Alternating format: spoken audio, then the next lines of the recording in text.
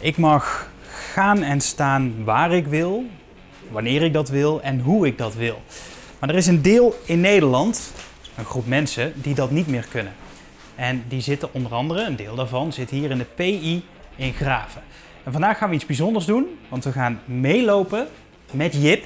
En hij is complexbeveiliger hier in de PI in Graven. Want hoe is het nou eigenlijk om in een gevangenis te werken?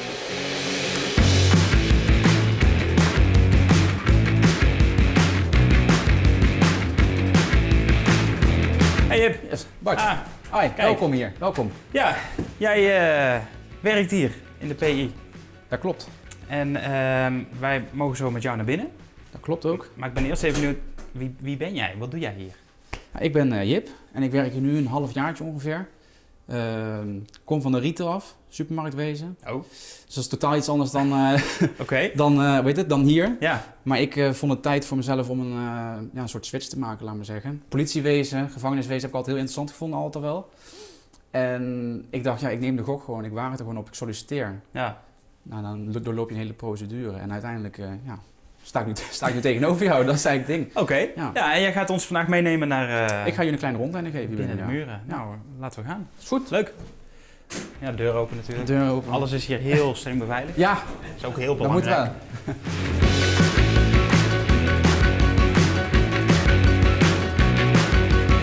wel. Jip, waar zijn we? Voorportier, portiersloge. Hier boeken wij bezoekers in. Zowel familie als bezoekers voor onze PI zelf, laat maar zeggen. Dus Ja. ik zeg maar wat advocaten, reclassering. Maar ook is het familiebezoek wat hier komt voor onze gedetineerden. We zitten hier, zit je in je eentje, zitten wij 's ochtends. Een hele dag eigenlijk gewoon, maakt niet uit. Personeel inboeken. Dus wij checken gewoon of iedereen hier allemaal nog steeds hoort en is, laat maar zeggen. De X-ray staat hier. Wij kunnen altijd controleren wie wat mee heeft. Ja, wij zijn net ook hier naartoe doorheen gelopen. En normaal moet je ook je schoenen uitdoen en al die dingen. Dat hoeft hier allemaal niet. Het is gewoon redelijk normaal. Zeg ja, maar. dit is gewoon een gangbare detectiepoort, om het zo maar te zeggen. Ja. Dus alles gaat gewoon erdoor en dan kunnen wij dus zien wat er binnenkomt, wat er niet binnenkomt. Dan kunnen wij ook zeggen van, dat mag je wel meenemen, mag je niet meenemen. Oké. Kijk, en dat is eigenlijk een beetje de complexe samenvatting eigenlijk. Ja. Een beetje. Dus dit is het eerste punt waar we naar binnen komen, waar iedereen doorheen moet. Ja, qua personeel en advocaten en de rest mensen die van voor hier binnenkomen. Ja. Andere kant, daar laten wij dus bezoekers binnen.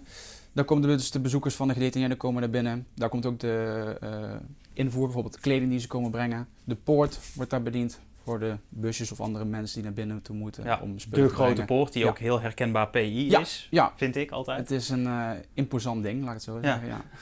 En dat is eigenlijk een beetje een kleine samenvatting wat aan de andere kant gebeurt. Ja, dus vooral echt, kunnen we niet laten zien, want er staan allemaal schermen aan. Klopt. En dat gaan we ook niet laten zien. Maar dat is echt meer alleen voor de familiebezoek en voor de gedetineerden echt zelf, laat maar zeggen. Dus dat is eigenlijk de andere kant.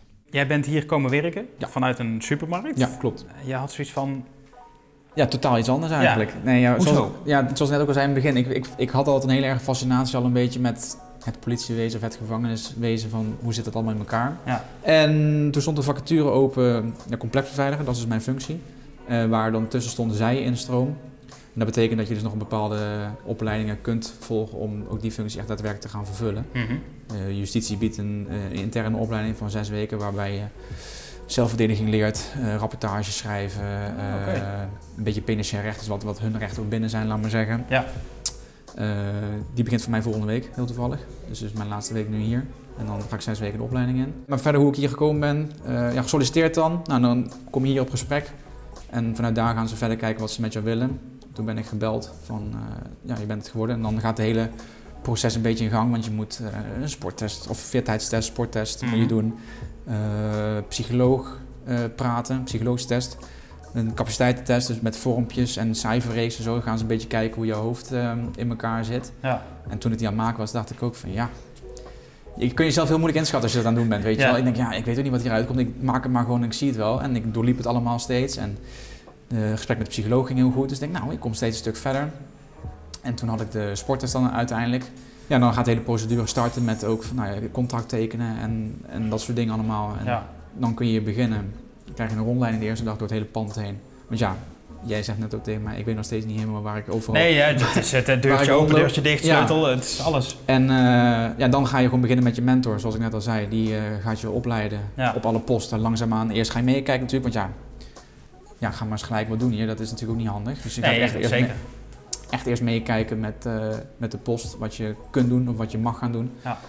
En dan word je stukje bij beetje steeds meer losgelaten. En als ze dan zien bij jou van het gaat goed, dan is het na 6 weken is het gewoon klaar. Dan ga je op jezelf lopen en dan leer je natuurlijk veel meer. Want dan ga je dingen zelf ook ondernemen of zelf bepalen. Ja. En dat is dus een beetje het zij-instroomverhaal. Ja. En dat sprak mij wel heel erg aan, want ik vind nieuwe dingen leren altijd wel heel erg leuk, moet ik zeggen. En ik dacht van dat kan ik dan mooi combineren met het nieuwe werk wat ik ga doen. En vanaf moment 1 dat ik hier binnen ben gekomen, heb ik eigenlijk geen spijt gehad van mijn wissel. Nee? Nee. Wat is dit? Dit is de centrale meldkamer, waar ik binnen sta. Jullie staan aan de andere kant vanwege privacyredenen natuurlijk. Ja. Vanuit hier houden wij cameratoezicht, voor zowel binnen als buiten. Dus buitenmuren en alles en zo. En waar ik nu achter sta, dat is het, hoe leg ik dat uit? Hier doen wij alle deuren, binnen de hele inrichting kunnen wij hier openen. Dus als de gedetineerden naar de arbeid gaan of naar de lucht gaan, dan kunnen wij ze vanuit hier helemaal volgen. Of dat allemaal goed gaat. Of ook mensen mogen lopen waar ze mogen lopen natuurlijk. Want ja, sommigen mogen wel wat verder dan anderen, omdat ze dan een reinigersbaantje hebben of wat dan ook. Dus daar let ik vooral heel erg op hier. Wij bedienen de liften, de poort beneden, van binnen naar achter de remise, laat maar zeggen. Dus ja, dat is eigenlijk een beetje de samenvatting hier, echt het hart van de inrichting. Ja, een soort zenuwcentrum waarvan alles bediend wordt, want jij zei zelfs liften worden bediend. Ja. Dat kunnen de mensen niet zelf doen? Nee, ja, alleen bepaalde verdiepingen kunnen wij doen, laat maar zeggen. Andere kunnen wel zelf. Andere verdiepingen moeten wij ook wel gewoon zelf erin zetten. Omdat daar gewoon niet andere mensen ook niet bepaald heen mogen, laat maar zeggen. Dat is het meer. Een van de leuke posten. Jawel? Vind ik, ja. Okay. Ja, hier spreek je natuurlijk heel veel mensen. Ja, en je ziet collega's natuurlijk heel veel ook op en neer lopen. Dus dan af en toe even zwaaien en heel vaak telefoon. Want hier moeten collega's ook heen bellen als wij, of als gedetineerden gaan lopen. Van ze gaan naar de biep. Of ze gaan, zeg het eens, ze hebben advocatenbezoek. Ja. Dus wij krijgen echt alles hier binnen. En wij moeten ook voor alles toestemming geven om weer door te kunnen lopen, laat maar zeggen. Dus dat is een beetje toch weer de samenvatting weer. Mooi. Ja. Nou, dan gaan we naar het volgende. Is goed. Neem me mee. Kom ik eraan. Yes.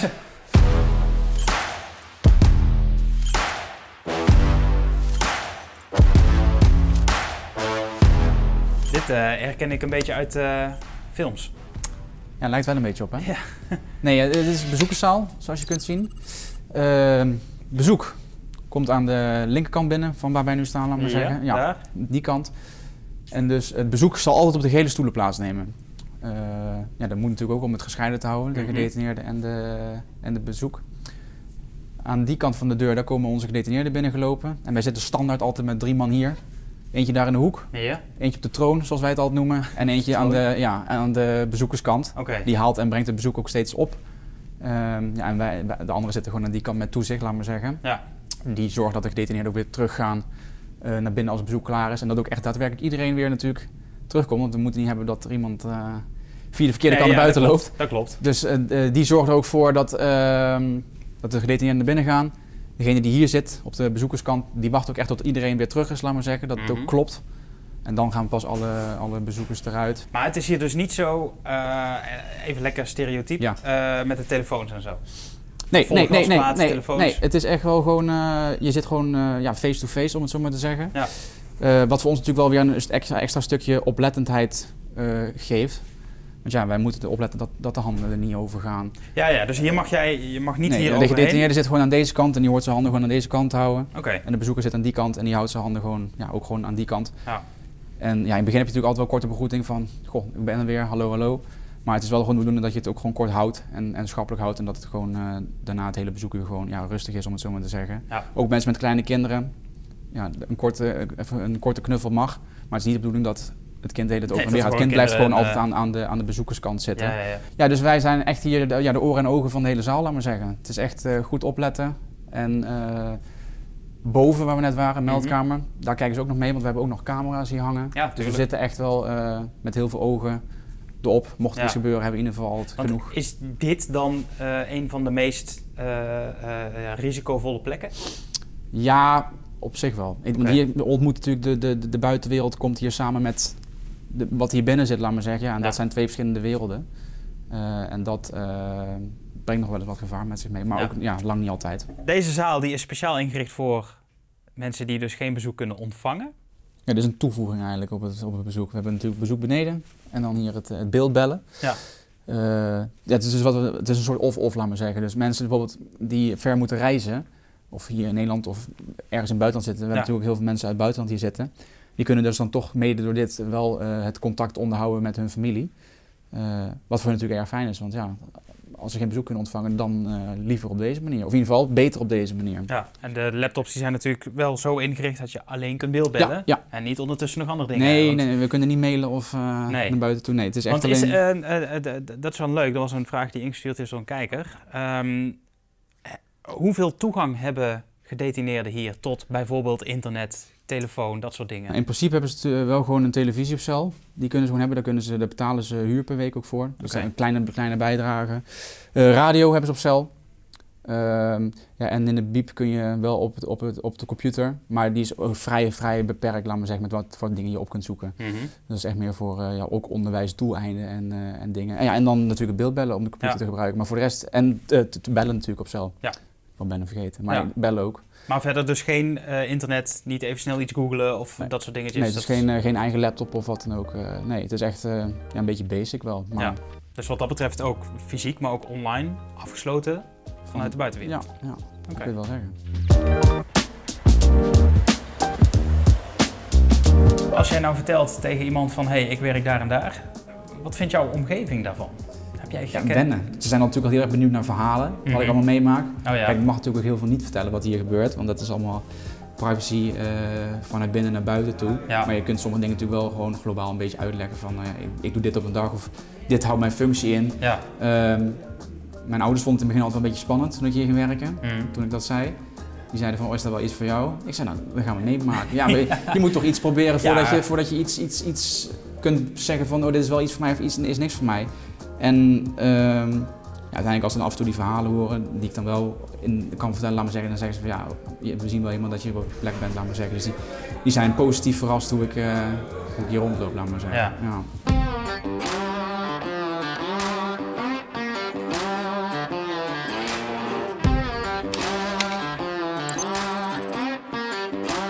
We kunnen naar binnen. En dat is leuk, want dan ga ik hier binnen even wat kijkersvragen stellen. Ja. Dan pak ik even de sleutel erbij. Ja. Dat is toch een soort momentje dan, hè? Ja. Ja. Het is maar een simpele sleutel, het is niet zo. Het is, ik zou zeggen, kijk eens binnen. Oh, wauw. Klein. Ja. Het is mijn slaapkamer van vroeger een beetje, laat ik het zo zeggen. Ja. Maar je hebt wel alles wat je nodig hebt uiteindelijk, hè? Ja. Dat wel. Het is houdbaar. En sommige mensen die kijken dan dus inderdaad over de luchtplaatsen uit, aan die kant. Oh, dat is daar. En als je aan de andere kant zit, dan ligt eraan hoe hoog je zit natuurlijk, hoe verder je kunt kijken. En daar kijk je dan echt de woonwijk in. Ja. En hier is het, dan zitten ze dus inderdaad wel zien naar elkaar te schreeuwen of wat dan ook. Ja. Daar hou je toch wel. Nou, ze hebben dan wat je ziet, televisie hebben ze hier, kastje om spullen op te bergen, kledingkast, koelkastje, waterkoker, lekker radio. Wc'tje, daar zit natuurlijk geen bril op en zo, maar goed. Nee. En hier zit dan de telefoon om ook naar buiten te kunnen bellen. Ik vond het ook wel een mooie plek voor de kijkersvragen. Dan pak ik even mijn telefoon. Normaal, we hebben dus toestemming gekregen om hem mee te nemen. Het zijn vragen van vrienden van het kanaal, dus dank voor het doorsturen. Ik heb aan hen gevraagd van, wil je wat vragen insturen? Het is natuurlijk, iedereen kijkt films. Iedereen kijkt de Amerikaanse gevangenisfilms, dus daar gaan we wat vragen over. De typerende, precies. Juist. Ja. Maar, en ben ook heel eerlijk of dat jij antwoord mag en kan geven. Ja. Dat is ook een belangrijke. Ja, gaan we doen. De eerste is, hoe is nou de algehele sfeer tussen de gedetineerden? Is er veel agressie of gaat dat juist heel gemoedelijk aan toe? Nee, ik vind het zelf persoonlijk heel wisselend. Kijk, de ene kunnen wel beter met elkaar op zitten dan de andere. Maar een beetje, het verbroedert soms wel. Ze vinden zich wel een weg hier met iedereen. Ik bedoel, je moet het toch met elkaar doen. Ja. En je ziet ook wel eens dat de mensen hier binnenkomen en elkaar bijvoorbeeld in de eerste instantie niet mogen of niet liggen en dan achteraf dan toch wel wat meer met elkaar op gaan trekken. Ja, zo'n begin is denk ik. Ja, dat is een beetje moeilijk. Vooral ook als je, dit is natuurlijk een enkelcel, op dubbelcel zit je met z'n tweeën, dus dan moet je het wel met z'n tweeën doen. Ja. Maar in principe zijn er eigenlijk niet zo heel veel problemen. In ieder geval merk ik, vind ik altijd heel erg meevallen. Natuurlijk, en je houdt echt wel eens een keer een opstootje of wat dan ook, maar dat is ook de frustratie misschien een beetje omdat je hier binnen zit, snap je? Dat hou je toch wel. Dus over het algemeen... Gaat het goed? Vind ik wel. Dus kijk ik ernaar in ieder geval. Ja. Mooi. Ja. Even kijken, zijn er nou, dat is misschien een wat gevoelige vraag, maar zijn er gedetineerden die het voor elkaar krijgen om smokkelwaar van de buitenwereld hier de PI in te krijgen? En wat voor spullen zijn dat dan vooral? Ja, het komt wel eens voor inderdaad. De meest gewilde dingen om hier binnen te krijgen zijn toch dan drugs. Is het, ja? Geen mobiele telefoons ook, of dat soort? Ja, het staat een beetje gelijk, maar het is voornamelijk gewoon, of gewoon. Het is natuurlijk niet gewoon. Maar drugs en telefoons is toch wel het voornaamste wat geprobeerd wordt in ieder geval om binnen te komen. En dat zie je wel eens gebeuren, ja. Dus het lukt ook wel eens? Soms als je over de het niet, maar... Nee, ja, weet je, soms dan ruik je wel eens een aparte geur, laat maar zeggen, als je nachtdienst hebt. Maar ja goed, ga dat maar eens controleren natuurlijk. Ja, dat is ook zo. Maar wij proberen er altijd heel hard op te zetten. Natuurlijk, om het niet binnen te laten komen, want dat is niet de bedoeling. Nee, zeker, uiteindelijk. Zeker. En ik weet niet of je het kunt beantwoorden, maar wat is nou, wat jij hebt gezien, de meest creatieve manier dat je denkt van, nou, dit is briljant. Misschien dat je het niet naar de buitenwereld moet brengen, maar... Ik heb gekke dingen gezien, laat ik het zo zeggen. Ja. Laat het daar even ophouden voor de zekerheid. Nee, ik heb hele gekke dingen gezien. Ja. In films en series, en misschien heb jij dat ook wel eens, zie je vaak dat cipiers een band opbouwen met gevangenen. En is dat in het echt ook zo, of mag dat niet? Nou ja, een band opbouwen is misschien wel heel heftig gezegd. Je hebt een soort werkrelatie, of hoe noem je dat? Ja. Kijk, ik heb ook gezegd altijd van, als ik hier kom werken, ik ga niemand anders behandelen. Hè? Ik bedoel, het zijn voor mij ook gewoon mensen. Dus ik ga ze ook niet anders behandelen omdat ze hier zitten. Dus kijk, natuurlijk, ze zitten hier, punt. Ja. Maar dan ga ik ze niet anders door behandelen. Dus ik blijf ze altijd gewoon normaal en vriendelijk en netjes en correct beantwoorden.